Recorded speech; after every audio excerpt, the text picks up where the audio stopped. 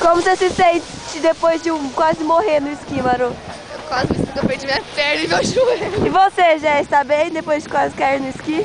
Minha bochecha tá congelando. Ah! Jéssica!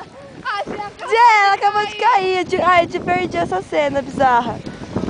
Jé, vou filmar você com o fundo de neve. Ai, que tá muito frio. Oh, tá machucando minha cara, parece umas agulhas. Eu vi a picolé. Oh, será que tá aparecendo você? Olá, olá. Olá! Teleférico, sei lá que teleférico é Olha esse. como tá nevando hoje. Tá muito sendo Perto muito. de ontem. Vamos subir, eu vou filmar quando eu abrir a cadeirinha. Se eu não levar um tombo, né, de novo. Ai. O almoço é 1h30, gente. Daqui a pouco a gente vai. Olá.